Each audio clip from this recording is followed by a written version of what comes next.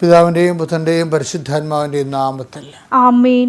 അമ്മേ പരിശുദ്ധമ്മേ, അമ്മേ പരിശുദ്ധമ്മേ, ദൈവമാതാവേ, ദൈവമാതാവേ, കൃപാസനത്തിലൂടെ ഞങ്ങൾക്കും ഞങ്ങളുടെ ദേശത്തിനും അമ്മ മാധ്യസ്ഥം തേടി തന്ന എല്ലാ അനുഗ്രഹങ്ങൾക്കും കൃപകൾക്കും ഞങ്ങളിപ്പോൾ ഹൃദയം നിറഞ്ഞ നന്ദി പറയുന്നു. അമ്മേ പരിശുദ്ധമ്മേ, ദൈവമാതാവേ, 2004 ഡിസംബർ 7 ഉച്ചകഴിഞ്ഞ് 2:30 കൃപാസനത്തിൽ സംഭവിച്ച അമ്മയുടെ പ്രത്യക്ഷപ്പെടലിനെ കുറിച്ച് തിരുസഭയ്ക്ക് സമർപ്പിച്ചിരിക്കുന്ന പഠനരേഖകളുടെ മേൽ സഭാത്മകമായ പഠനം ആരംഭിക്കുവാൻ ഞങ്ങൾ അങ്ങയോട് താഴ്മയോടെ പ്രാർത്ഥിക്കുന്നു. അമ്മേ പരിശുദ്ധമ്മേ, ഭൂസ്വർലോകങ്ങളുടെ രാജ്ഞിയായ അങ്ങയ്ക്ക് ഭൗമസംരക്ഷണത്തിനായി പ്രപഞ്ചപ്രകൃതിയെ തന്നെ തിരുസഭ പ്രതിഷ്ഠിക്കുവാൻ ഈ പ്രത്യക്ഷീകരണം വഴി ഇടയാക്കണമേ. പരിശുദ്ധമ്മേ, ജപമാല മാതാവേ, സകല കൃപാസനം പ്രാർത്ഥനകളോട് ചേർത്ത് ഞങ്ങളിപ്പോൾ പ്രാർത്ഥിക്കുന്ന ഈ കുടുംബത്തിന്റെ പ്രത്യേക നിയോഗം പരമക്കളെ.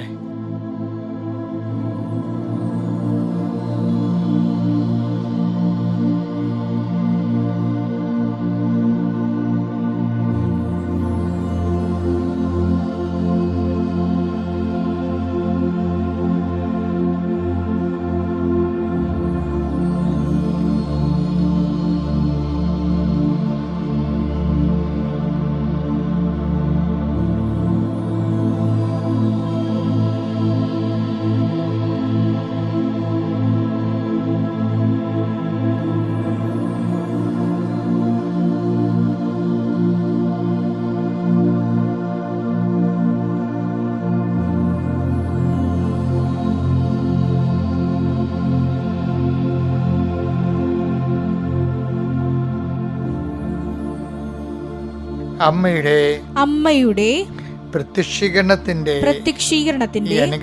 ഈ അനുഗ്രഹവേളയിൽ ഞങ്ങൾക്ക് സാധിച്ചു തരുവാൻ കനിയണമേ. ആമേൻ. വിശ്വാസ പ്രമാണം. സർവശക്തനായ പിതാവും ആകാശത്തിന്റെയും ഭൂമിയുടെയും സൃഷ്ടാവുമായ ദൈവത്തിൽ ഞാൻ വിശ്വസിക്കുന്നു. അവിടുത്തെ ഏകപുത്രനും ഞങ്ങളുടെ കർത്താവുമായ ഈശോമിശിഹായിലും ഞാൻ വിശ്വസിക്കുന്നു. ഈ പുത്രൻ പരിശുദ്ധാത്മാവിനാൽ ഗർഭസ്ഥനായി കന്യകാമറിയത്തിൽ നിന്ന് പിറന്ന് പൊന്തിയോസ് പീലാത്തോസിന്റെ കാലത്ത് പീഡകൾ സഹിച്ച് കുരിശിൽ തറയ്ക്കപ്പെട്ട് മരിച്ച് അടക്കപ്പെട്ട് പാതാളങ്ങളിൽ ഇറങ്ങി മരിച്ചവരുടെ ഇടയിൽ നിന്ന് 3-ാം നാൾ ഉയർത്ത് സ്വർഗത്തിലേക്ക് എഴുന്നള്ളി സർവശക്തിയുള്ള പിതാവായ ദൈവത്തിന്റെ വലതുഭാഗത്തിരിക്കുന്നു. അവിടെ നിന്ന് ജീവിക്കുന്നവരെയും മരിച്ചവരെയും വിധിക്കുവാൻ വരുമെന്നും ഞാൻ വിശ്വസിക്കുന്നു. പരിശുദ്ധാത്മാവിലും ഞാൻ വിശ്വസിക്കുന്നു.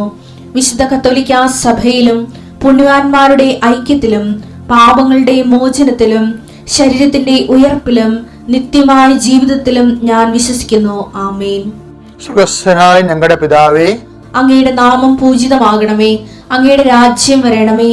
അങ്ങയുടെ തിരുമനസ് സ്വർഗത്തിലെ പോലെ ഭൂമിയിലും ആകണമേ. അന്നു വേണ്ടുന്ന ആഹാരം ഇന്ന് ഞങ്ങൾക്ക് തരണമേ. ഞങ്ങളോട് തെറ്റ് ചെയ്യുന്നവരോട് ഞങ്ങൾ ക്ഷമിക്കുന്നത് പോലെ ഞങ്ങളുടെ തെറ്റുകൾ ഞങ്ങളോടും ക്ഷമിക്കണമേ. ഞങ്ങളെ പ്രലോഭനത്തിൽ ഉൾപ്പെടുത്തരുതേ, തിന്മയിൽ ഞങ്ങൾ രക്ഷിക്കണമേ. ആമേൻ. നന്മ നിറഞ്ഞ മറിയമേ, സ്വസ്തി. കർത്താവ് അങ്ങയുടെ കൂടെ സ്ത്രീകളിൽ അങ്ങ് അനുഗ്രഹിക്കപ്പെട്ടവളാകുന്നു. അങ്ങയുടെ ഉദരത്തിൻ ഫലമായി ഈശോ അനുഗ്രഹിക്കപ്പെട്ടവനാകുന്നു. പരിശുദ്ധ മറിയമേ, തമ്പുരാന്റെ അമ്മേ, പാപികളായ ഞങ്ങൾക്ക് വേണ്ടി ഇപ്പോഴും ഞങ്ങളുടെ മരണസമയത്തും തമ്പുരാനോട് അപേക്ഷിക്കണമേ. ആമേൻ. എൻ്റെ പ്രിയപ്പെട്ടവരെ, മാർച്ച് 22 ശനിയാഴ്ചയാണ്.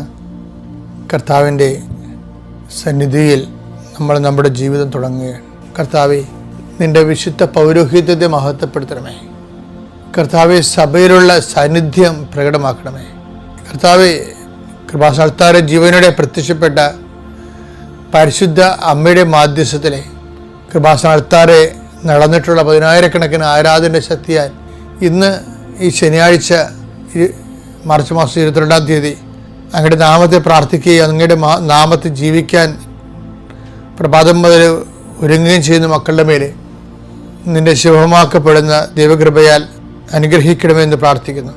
കർത്താവെ, ജീവിതത്തിന് വരുന്നിട്ടുള്ള അബദ്ധങ്ങൾ, പലതരത്തിലുള്ള അബദ്ധങ്ങൾ വരും. ചില സമയത്ത് ഒപ്പിട്ട് കൊടുക്കും, പക്ഷെ നമുക്കത് പാലിക്കാൻ പറ്റാതെ വരും. ചില സമയത്ത് ചില തീരുമാനങ്ങൾ എടുക്കും, പകുതി വഴി എത്തും, പക്ഷെ നമുക്ക് മുഴുമിക്കാൻ പറ്റാതെ വരും. ചിലപ്പോൾ ആരെയും മുഷിപ്പിക്കണ്ടല്ലോ എന്ന് വിചാരിച്ചുകൊണ്ട് നമ്മൾ ഓരോരോ കാര്യത്തിന് ഒത്താശ ചെയ്യും. അവസാനം നമ്മളെ ഇതിലേക്ക് ചാടിച്ചവൻ തന്നെ ഇതെല്ലാം നമ്മുടെ മുതുകത്ത് വെച്ചിട്ട് അവൻ സ്കൂട്ടാകുകയും ചെയ്യും. ഇങ്ങനെ പല പല അബദ്ധങ്ങളിൽ ചെന്ന് മനുഷ്യരെ കുരുങ്ങുന്നുണ്ട്. കർത്താവേ, അതിനെല്ലാം രക്ഷിക്കാൻ വേണ്ടി നിനക്ക് മാത്രമേ കഴിയത്തുള്ളൂ. മനുഷ്യന്മാരുടെ ഉപദേശം, എല്ലാത്തിനും വേണ്ടി മനുഷ്യന്മാരുടെ ഉപദേശവും മനുഷ്യനെ ദൈവമായി കണ്ടുകൊണ്ട് നിങ്ങൾ പറഞ്ഞാൽ എനിക്ക് ദൈവം പറയണ പോലെയാണെന്നുള്ള പൊട്ടവാക്കുകളും പേവാക്കുകളും വിഡ്ഢിയായ മനുഷ്യൻ കെട്ടിയെഴുന്നള്ളിക്കുമ്പോഴേ ഓർക്കുക, യഥാർത്ഥ ദൈവത്തെയാണ് നിങ്ങൾക്ക് നഷ്ടപ്പെടുന്നതെന്ന്. കർത്താവ്, അങ്ങനെയുള്ള മിഥ്യാബോധങ്ങളിൽ നിന്ന് കർത്താവ് ഞങ്ങളെ നീ സംരക്ഷിക്കണമെന്ന് പ്രാർത്ഥിക്കുന്നു. കർത്താവെ, കുഞ്ഞുങ്ങളെ ഓർത്ത് പ്രാർത്ഥിക്കുന്നു. ലഹരിക്കടിപ്പെട്ട മക്കളെ ഓർത്ത് പ്രാർത്ഥിക്കുന്നു. അവരുടെ മാതാപിതാക്കന്മാരെ ഓർത്ത് പ്രാർത്ഥിക്കുന്നു. അവരെല്ലാം സന്ധിക്കണമേ, സമാധാനപ്പെടുത്തണമേ. നിൻ്റെ കൃപയാൽ അവരെ അതിനെല്ലാം വിടുവിച്ചുകൊണ്ട് കുടുംബത്തിന് സമാധാനം നൽകണമെന്ന് പ്രാർത്ഥിക്കുന്നു. ജീവിതം തകർന്നു പോയി, മുടിഞ്ഞു പോയി, ഇനിയിപ്പോൾ അങ്ങോട്ട് പോട്ടെ എന്ന് വിചാരിച്ചുകൊണ്ട് വെറുതെ നിന്ന് കൊടുത്തിട്ട് ഒഴുക്കിൻ്റെ കൂടെ അങ്ങോട്ട് ഒഴുകിപ്പോകുന്ന പോലെ മനുഷ്യന്മാർ നശിച്ച് പോകുന്നുണ്ട്. അവർക്ക് അങ്ങനെ തന്നെ വേണമെന്ന് പറഞ്ഞ് കണ്ടു നിൽക്കുന്നവർ ശപിക്കുകയും നമ്മുടെ തകർച്ചയെ കൈയടിച്ച് പ്രോത്സാഹിപ്പിക്കുകയും ചെയ്യുന്ന മാനസികാവസ്ഥ ഉള്ളവരുണ്ട്. അതുകൊണ്ട് തന്നെ പലപ്പോഴും ദൈവമില്ല, ദൈവത്തിന് പോലും എന്നെ വേണ്ട, എനിക്ക് ദൈവത്തിനെ വേണ്ട എന്ന് വിചാരിച്ചുകൊണ്ട് സ്വയം നിർജ്ജലീകരിക്കണ പോലെ ആധ്യാത്മികമായിട്ട് നിർജ്ജലീകരിക്കുന്ന ആൾക്കാരുണ്ട്. കർത്താവെ, എല്ലാവരെയും സമർപ്പിച്ച് പ്രാർത്ഥിക്കുകയാണ്. ഒരു കുടുംബത്തിന് വന്നിരിക്കുന്ന അബദ്ധം, വന്നിരിക്കുന്ന പെട്ടുപോയ അവസ്ഥകൾ, അതെങ്ങനെയാണ് അവിടെ കയ്യിരിപ്പ് കൊണ്ടാണെന്നൊക്കെ അവർക്ക് പശ്ചാത്താപം ഉണ്ടെങ്കിലും പക്ഷേ അതേസമയം നല്ലതിന് കരകയറാനുള്ള മാർഗമൊന്നും കാണുന്നില്ല. സാമ്പത്തികമായി കരകയറാൻ മാർഗം കാണുന്നില്ല. പല പല മരുന്നുകളും പല പല ലഹരി വിഷവസ്തുക്കളൊക്കെ കഴിച്ചിട്ട് ശരീരം പോയി നഷ്ടപ്പെട്ടിട്ട് ആ രോഗങ്ങളിൽ നിന്ന് കരകയറാൻ പറ്റണില്ല. ഇങ്ങനെ സ്വന്തം കഴിവിനെ കരകയറാൻ പറ്റാത്ത മക്കളെ സമർപ്പിച്ച് പ്രാർത്ഥിക്കുന്നു. ചില കൂട്ടുകെട്ടുകളിൽ ചെന്ന് അകപ്പെട്ടു, ചില ലൈംഗിക ബന്ധങ്ങളിൽ ചെന്ന് അകപ്പെട്ടു, പിന്നെ രക്ഷപ്പെടാൻ പറ്റുന്നില്ല. എന്നാൽ പിന്നെ മരണം വരെ ഇങ്ങനെ പോട്ടെ എന്ന് പറയുമ്പോൾ അങ്ങോട്ടും ഇങ്ങോട്ടും ആത്മഹത്യ ഭീഷണിയും അങ്ങോട്ടും ഇങ്ങോട്ടും കൊലപാതക ഭീഷണിയും അങ്ങനെ ചെന്ന് ചുഴിയിലകപ്പെട്ടു പോയ കുടുംബങ്ങൾ, അവർ നീ കർത്താവ്, അമ്മേ, പരിശുദ്ധമ്മേ, ദേവമാതാവേ, ഈ പ്രാർത്ഥനയുടെ ശക്തിയാൽ ജീവിതം ഒടുങ്ങിപ്പോയവരെ, പോസ്കോ കേസ് അകപ്പെട്ടവരെ, അല്ലെങ്കിൽ ഞാൻ തെറ്റ് ചെയ്യാതെ തന്നെ എന്നെ ശിക്ഷിച്ചു, എന്നാൽ തെറ്റ് ചെയ്തിട്ട് കാര്യം എന്ന് പറഞ്ഞുകൊണ്ട് ഒരു ശിക്ഷ മേടിച്ചതിൻ്റെ പേരിൽ പുതിയ പുതിയ തെറ്റുകൾ ആവർത്തിച്ച് നിരാശപ്പെട്ട് വീണ്ടും തെറ്റിൽ തന്നെ മെഴുകി ജീവിക്കുന്നവരുണ്ട്. അവരെല്ലാവരും ഇപ്പോൾ സമർപ്പിച്ച് പ്രാർത്ഥിക്കുന്നു. എൻ്റെ കർത്താവിൻ്റെ ഉന്നതമായ നാമത്തിൽ സഭയുടെ അധികാരത്തിൽ പുതിയ സംരംഭത്തിന് വേണ്ടി ഒരുങ്ങുന്നവരെ ആശീർവദിക്കുന്നു. പുതിയ പഠനങ്ങൾക്ക് ഒരുങ്ങുന്നവരെ ആശീർവദിക്കുന്നു. പുതിയ യാത്ര ചെയ്യാൻ ഉദ്യമിക്കുന്നവരെ ആശീർവദിക്കുന്നു. പുതിയ ജീവിത രീതികളും പ്ലാനുകളും പദ്ധതികളും നടപ്പിൽ വരുത്താൻ വേണ്ടി പരിശ്രമിക്കുന്നവരെ ആശീർവദിക്കുന്നു. അവർ ചെയ്യുന്ന കാര്യങ്ങൾ അവർക്ക് അബദ്ധമാണെങ്കിൽ അതിനെ പിന്തിരിയാൻ വേണ്ടി പ്രാർത്ഥിക്കുന്നു. ദൈവത്തിൻ്റെ കൃപയാൽ അനുഗ്രഹിക്കപ്പെടട്ടെ. ഗർഭിണികളെ ആശീർവദിക്കുന്നു. പ്രസവവാർഡ് കഴിയുന്നവരെ ആശീർവദിക്കുന്നു. കുഞ്ഞുങ്ങൾക്ക് രോഗമാകുന്നവരെ ആശീർവദിക്കുന്നു. പലതരത്തിലുള്ള കുടുംബസമാധി ഇല്ലാത്തവരെ ആശീർവദിക്കുന്നു. ഭർത്താവും ഭാര്യയും പിരിഞ്ഞു നിൽക്കുന്നവരെ ആശീർവദിക്കുന്നു. കർത്താവിൻ്റെ കരുണ അവർക്ക് ആവശ്യിക്കുകയും ഒരുമിച്ച് ജീവിക്കാൻ അവർ സഹായിക്കുകയും ചെയ്യട്ടെ. ജീവിക്കാൻ മാർഗമില്ലാത്തവരും തൊഴിലില്ലാത്തവരും ചെയ്യുന്ന തൊഴിലിൽ കടം കയറി മുടിഞ്ഞവരെയും ഇനി എന്ത് ചെയ്യണമെന്ന് അറിയാൻ പറ്റാതെ പരസ്പരം വെറുക്കപ്പെട്ടവരായിട്ട് കുടുംബത്തിൽ തന്നെ ജീവിക്കണോ വേണ്ടോ എന്ന് ഓർത്തിട്ട് വിഷമിക്കുന്ന പ്രാർത്ഥിക്കുന്നു. ദൈവത്തിൻ്റെ കരുണ, ദൈവത്തിൻ്റെ ശക്തി, 39 വർഷം ഞാൻ അർപ്പിച്ച കൃപാനയുടെ യോഗ്യത, കൃപാസ്ഥാനത്താറെ ജീവനുടെ പ്രത്യക്ഷപ്പെട്ട പരിശുദ്ധ അമ്മയുടെ മാധ്യസ്ഥലെ ഞാൻ നിന്നെ ആശ്രയിക്കുന്നു, നിൻ്റെ കുടുംബത്തെ ആശ്രയിക്കുന്നു. നിൻ്റെ തകർന്നുപോയ മനസ്സിനെയും കടങ്ങൾക്ക് പതുക്കെ കടങ്ങളായിട്ട് സമാധാനം കിട്ടാത്ത ജീവിതാവസ്ഥകളെ ഞാൻ ആശ്രയിക്കുന്നു. എൻ്റെ കർത്താവിൻ്റെ ഉന്നതമായ നാമത്തിൽ സഭയുടെ അധികാരത്തിൽ കുരിശിൻ്റെ അടയാളത്തിൽ ദൈവശക്തിയാൽ ഞാൻ അനുഗ്രഹിക്കപ്പെടുകയും വീണ്ടെടുക്കപ്പെടുകയും ചെയ്യട്ടെ. നിത്യപിതാപുത്രനും പരിശുദ്ധാത്മാവിനെ നീക്കുക. ആമേൻ. എൻ്റെ പ്രിയപ്പെട്ടവരെ, നമ്മളെ ബൈബിളിൽ കഴിഞ്ഞ പുസ്തകങ്ങൾക്ക്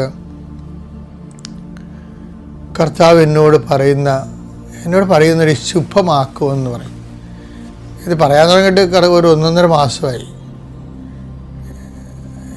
ശുഭമാക്കുക എന്നുള്ള വിഷയം ദൈവത്തിൻ്റെതാണെന്നാണ് എന്നോട് പരിശുദ്ധാത്മാ പറഞ്ഞത്. അപ്പം അതുകൊണ്ട് തന്നെ ഞാനിങ്ങനെ അന്വേഷിച്ചുകൊണ്ടിരിക്കുകയായിരുന്നു, എങ്ങനെയാണ് ശുഭമാക്കണത്. നമുക്ക് ഓരോ കാര്യങ്ങളൊക്കെ ചെയ്യാനേ പറ്റത്തുള്ളൂ. ഇപ്പം ഞാൻ പണ്ടൊരിക്കൽ നിങ്ങളോട് ഇതേ വേദി പറഞ്ഞിട്ടുണ്ട്.